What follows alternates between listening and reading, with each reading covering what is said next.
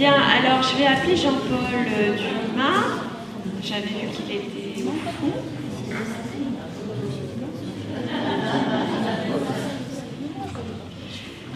Qui va nous parler de la partie technique sur les contrats. Donc pour la RH, une première chose qu'il faut conduire, c'est bien sûr les contrats, puisqu'en fait, au 1er janvier 2020, tous les agents changent d'employeur, puisque l'employeur, c'est le CESU pour l'ensemble des personnes. Donc il faut qu'on organise ce changement d'employeur dès maintenant, parce que comme l'a dit Thierry tout à l'heure et Annie, on est tenu par des délais de prévenance, c'est l'article 45, l'article 86, 83, qui prévoit qu'en fonction de la durée du contrat, on doit informer les personnels de leur renouvellement ou de leur non-renouvellement de contrat. Vous m'entendez pas? Non, je suis prêt. Voilà, donc on doit informer les personnels en fonction de la durée de leur contrat, et donc on est tenu d'avancer dès maintenant, dès le mois d'octobre, pour prévenir, puisqu'on a des CDI, on a des agents qui ont des contrats de plus de 2 ans, des agents qui ont des contrats de plus de 3 ans, de juste 1 an ou moins d'1 an. Donc c'est cette continuité. Vous savez que le recteur s'est engagé à la commission consultative de la formation continue à ce que la fusion n'entraînera pas par la fusion de perte d'emploi. Donc nous devons organiser ça, tout en tenant compte bien sûr de l'activité, puisqu'il faut voir aussi l'activité, les emplois ils sont liés à notre activité, à notre développement. Donc, ce que nous avons imaginé comme circuit des contrats, c'est le premier étage, bien sûr, c'est l'agence. Et c'est à partir de l'agence, bien sûr, que se fait l'analyse des besoins en termes de recrutement, parce que les besoins sont liés à votre activité. Et c'est au plus près du terrain que ces besoins vont être identifiés. Quand il y a un projet de contrat au niveau de l'agence, donc ce projet il est porté par, bien sûr, le directeur de l'agence, et par le référent RH, parce qu'il y aura des référents RH, alors peut-être pas partout à 100%, il y en aura peut-être à 50%, 20%, en fonction de l'organisation. Et donc quand il y a un projet, donc l'analyse des besoins à l'agence, le projet de contrat, après il est envoyé au niveau du siège, donc au lycée Camille Jullian pour accord. Une fois que cet accord, et donc l'accord là il est donné par le CESU, puisque le nouvel employeur des 400 quelques personnes qui sont en contrat tant dans les PRECA que dans les CFA, le nouvel employeur maintenant c'est le CESU. Et la directrice, elle aura une délégation de signature donc vers le mois de novembre qui sera à même de signer et de prendre les engagements pour les contrats des personnels. Donc une fois que cet accord est donné, ça revient à l'agence pour la rédaction du contrat, c'est-à-dire une vraie activité de l'agence en matière de RH. Ce n'est pas simplement une boîte d'enregistrement, c'est vraiment là que les contrats vont se faire et la réalité du contrat va se faire. Donc là, ça sera renvoyé sur la rédaction des contrats, on fonctionnera comme on fonctionnait déjà, c'est-à-dire qu'avec Thierry Lavigne, le directeur des affaires juridiques du rectorat, nous avions fait des contrats types. Ces contrats types, ils vont perdurer, bien sûr. Donc il y aura un cadrage réglementaire qui va continuer.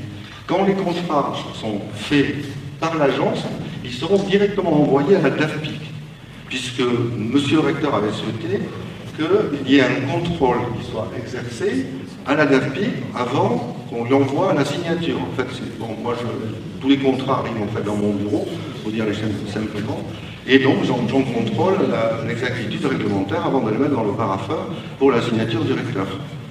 Donc une fois que le contrôle est fait, donc là c'est la rectrice, bien sûr, c'est au nom de la rectrice que ce contrôle se fait, puisque c'est elle après qui signe, ou le secrétaire général par délégation, et une fois que le contrôle est exécuté, nous avons donc la signature du CESU, puisque l'accord préalable, l'accord du recteur il est préalable à la signature, donc nous avons là après la signature du CESU et ou de Clara quand elle aura la délégation de signature officiellement, et une fois que cette signature est faite, elle repart pour la signature de l'agent. Alors ce schéma qui est assez simple, en fait, il ne va pas changer pour tout le monde.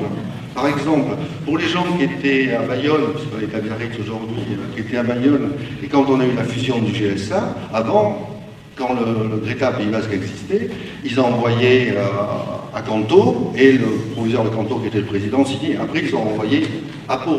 Donc, ce trajet vers un accord ailleurs, pour Bayonne, ça ne changera rien. Pour Mont-de-Marsan, ça ne changera rien. Pour Dax, ça ne change rien non plus.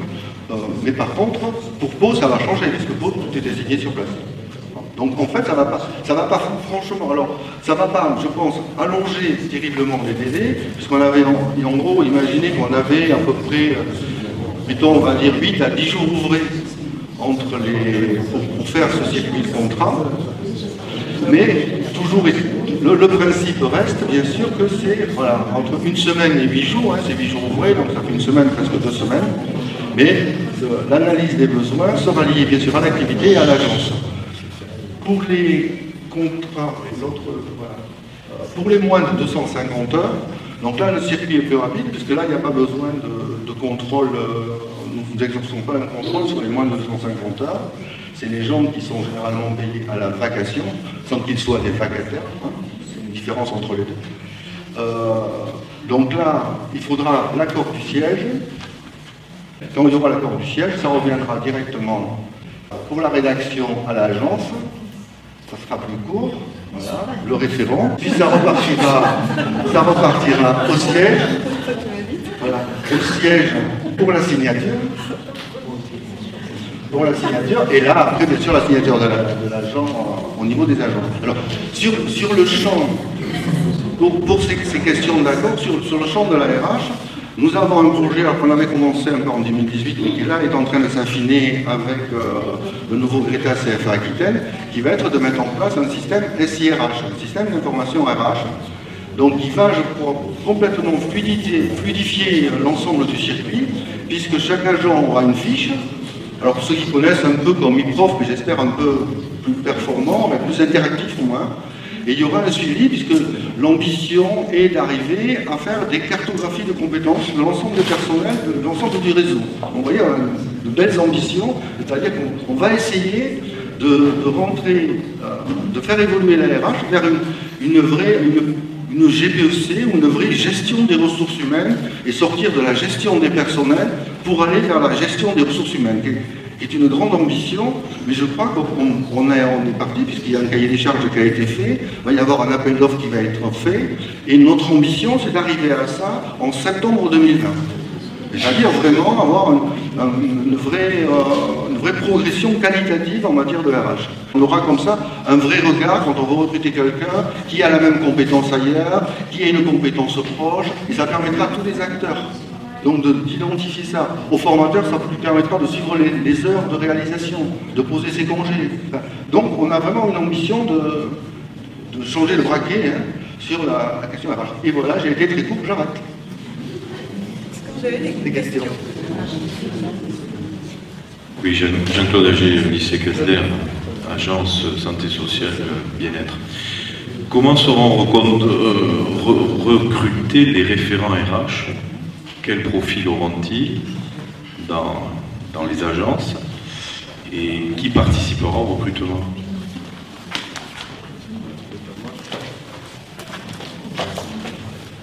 Alors, effectivement, tout ça, c'est en construction. Cependant, on a déjà dans les murs des personnes qui sont identifiées RH dans nos agences et qui vont le rester.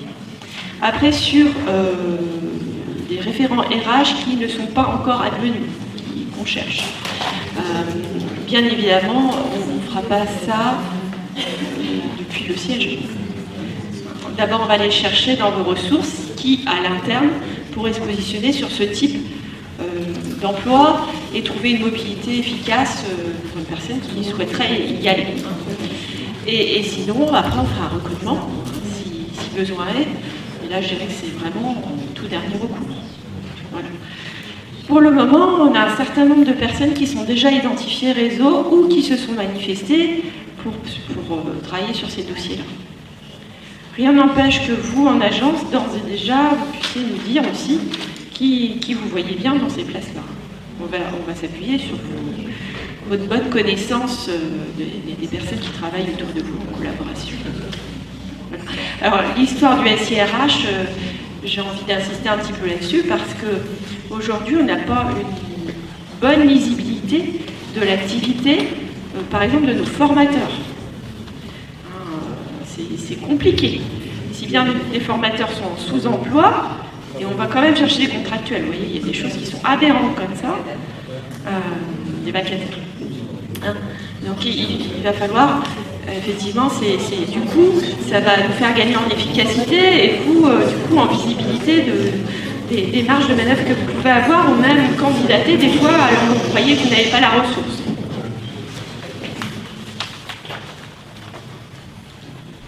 Oui, Philippe Lemieux, Victor Louis, Talence, agence tertiaire. Je vais aller un peu plus loin dans la question de mon collègue âgé. Est-ce que cette personne est une personne supplémentaire ou est-ce que c'est quelqu'un au sein des différents sites de production qui pourrait occuper ce rôle de référent RH? Enfin, honnêtement, je pense que ça doit être comme ça, vers ça qu'il faut aller, parce que simplement si on commence à multiplier le nombre de référents, il va falloir les rémunérer, les positionner, leur trouver un bureau. Enfin, je vous passe les contraintes qu'on imagine tous. Dans ce cas, comment est-ce qu'on va travailler par rapport à leur quantité de service? Parce que j'imagine qu'ils garderont quand même des compétences telles que celles qu'ils pratiquent actuellement, et surtout des missions telles que celles qui sont les leurs actuellement. Donc là, il y a une vraie réflexion à mener, et surtout à l'échelle. Alors certes, les choses sont très différentes entre les agences, on va dire, territoriales et la situation du Nord-Aquitaine actuelle, avec des agences qui sont plutôt des agences de commercialisation.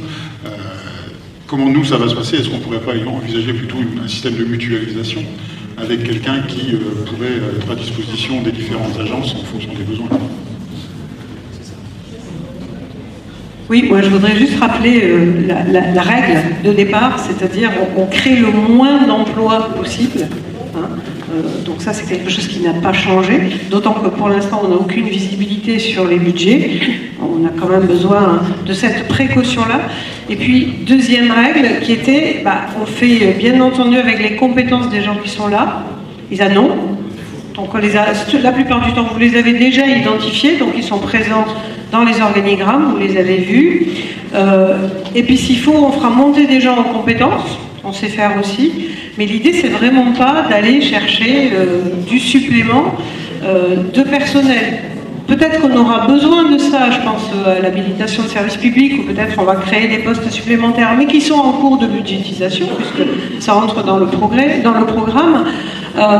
Pour autant, je vais rapprocher de cette question du référent RH, des référents qualité, qui sont déjà existants dans la plupart des agences, des référents mobilité qu'il va aussi falloir identifier, puisque c'est une obligation de la loi, notamment en matière d'apprentissage, et puis des référents handicap, qui eux aussi sont obligatoires dans l'ensemble de nos structures.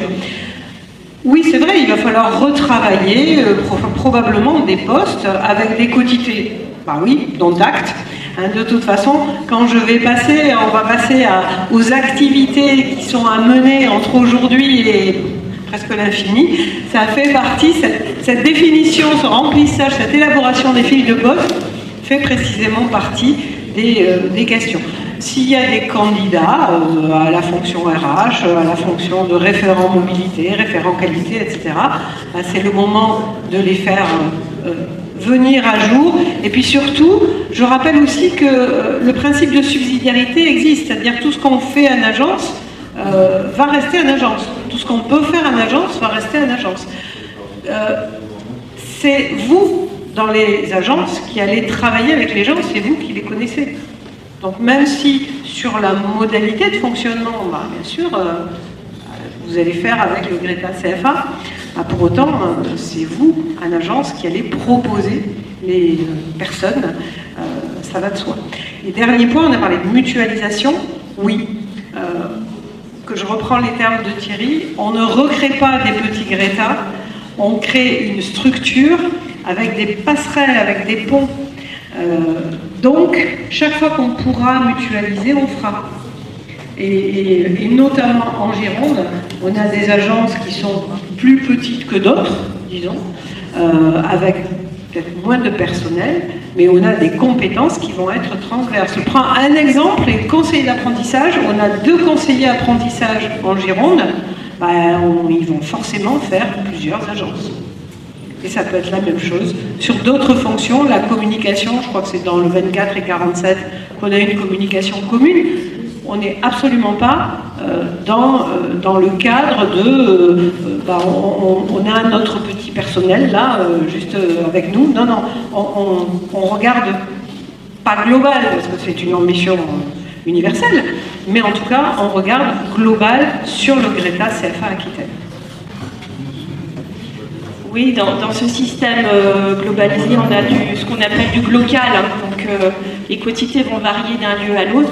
Je voulais insister sur un point peut-être quand même, que lorsque ces personnels seront connus, enfin du moins pressentis, c'est important d'être transparent.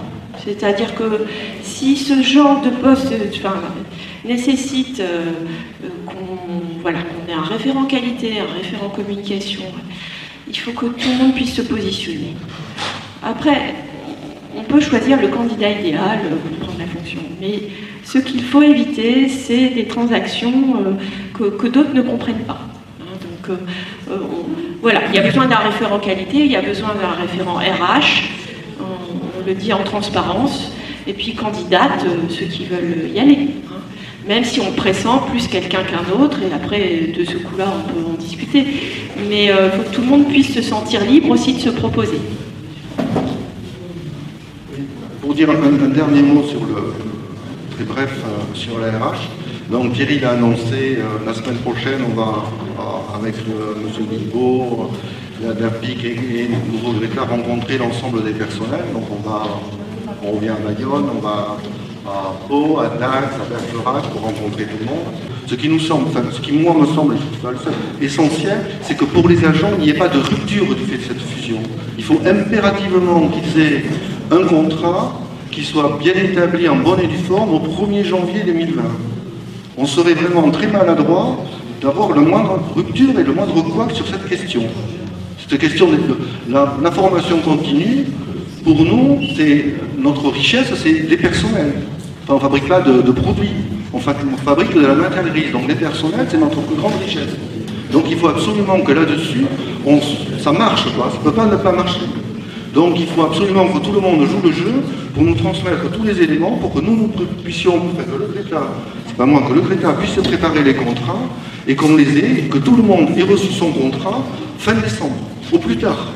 Même avant, c'est mieux. D'abord, ça va les rassurer, ça va les sécuriser dans leur travail. Et ça, c'est essentiel. On ne peut pas travailler si on se dit, mais est-ce que le 1er janvier, je suis au chômage? Enfin, c'est compliqué, quoi. Donc ça, vraiment, j'attire votre attention là-dessus. Il faut vraiment que tout le monde aide pour qu'il n'y ait aucune rupture pour les personnels. Cette fusion, elle doit être neutre pour les personnels. Merci beaucoup.